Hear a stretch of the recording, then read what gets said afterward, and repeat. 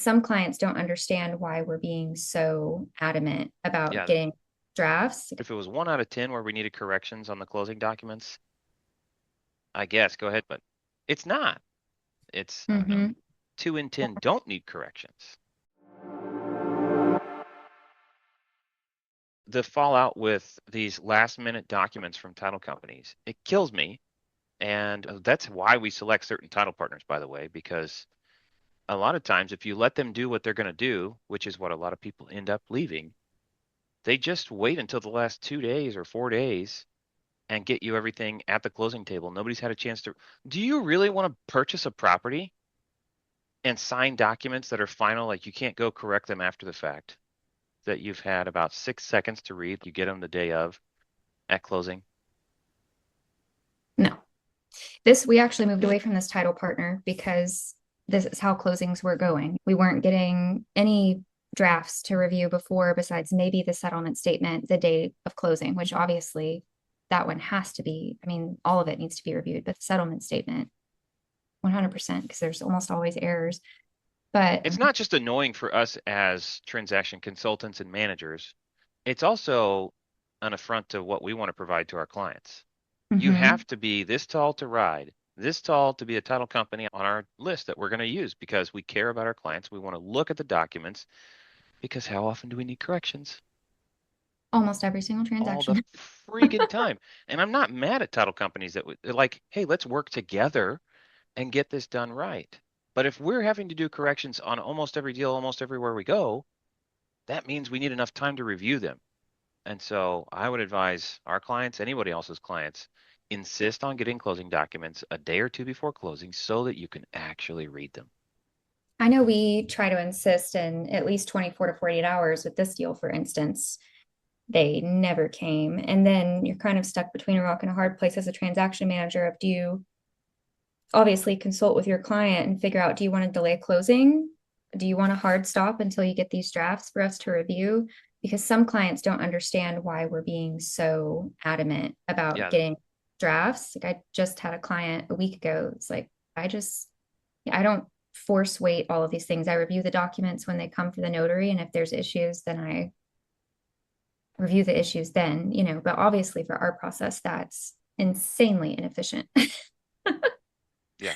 And why would you want to go through all of that work just to get to the closing table with a mobile notary that's going to have to be rescheduled now to Yeah. get correct documents? It's It's just, it's worse because everybody made a schedule for it. And again, more often than not, we're fixing things. If it was 1 out of 10, I still wouldn't like it very much, but if it was 1 out of 10 where we needed corrections on the closing documents, I guess go ahead and roll the dice on is it going to work out? But it's not.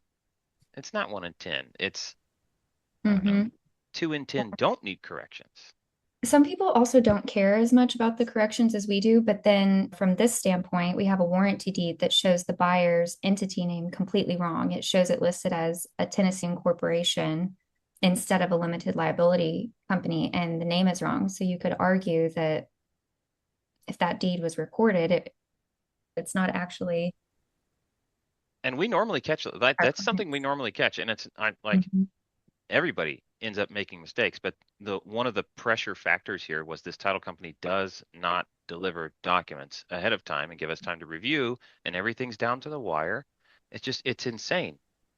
Either Yeah. way, now we've got to go get corrective documents. And if you have a combative seller after closing, good luck. Especially in creative finance and subto, you want to set yourself up for long-term success. So, ugh. hmm Which was going to be a question on this Scrivener's affidavit is that I haven't seen one before. Are the sellers going to have to sign that?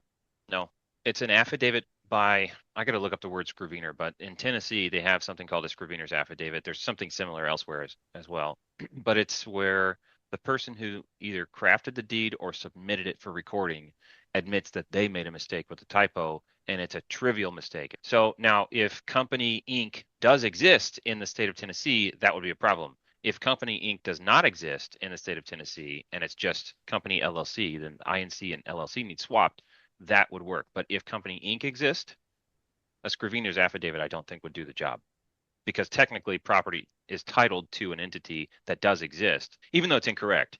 But you wouldn't risk that with a Scrivener's affidavit. We're going to tell the title company because I don't assume that they understand what they're doing because it's not normal. So I'm going to say, actually, I'm probably just going to craft one and send it to them and say, have your attorney review this, but I want this and this in here. And I'm going to want us to look up and verify that there's not Company Inc. Registered in the state of Tennessee, number one. And we're going to state that. The Scrivener's affidavit is going to say, I was the recorder, I was the crafter of this deed. This is incorrect. It's a typo. This company does not exist and did not exist in the state at the time. The correct name is this. And we're going to ask them to put all that in there so that it can be re-recorded or recorded along with or after the deed. It's not just like we say, hey, title company, go fix your mistake. They don't even understand. They don't know Mhm. what to do. But I touch all the weird stuff. So, but when I go back to a title company and ask about a Scrivener's affidavit, most of them don't know what that is. Hopefully this one does, but we'll see. If not, We can still give it to them and say, hey, you need to do this. You closed it incorrectly. Chad. Yeah, ask ChatGPT for a draft of one. You'll get an idea for what goes in it real quick. Thanks, Chelsea. Yes.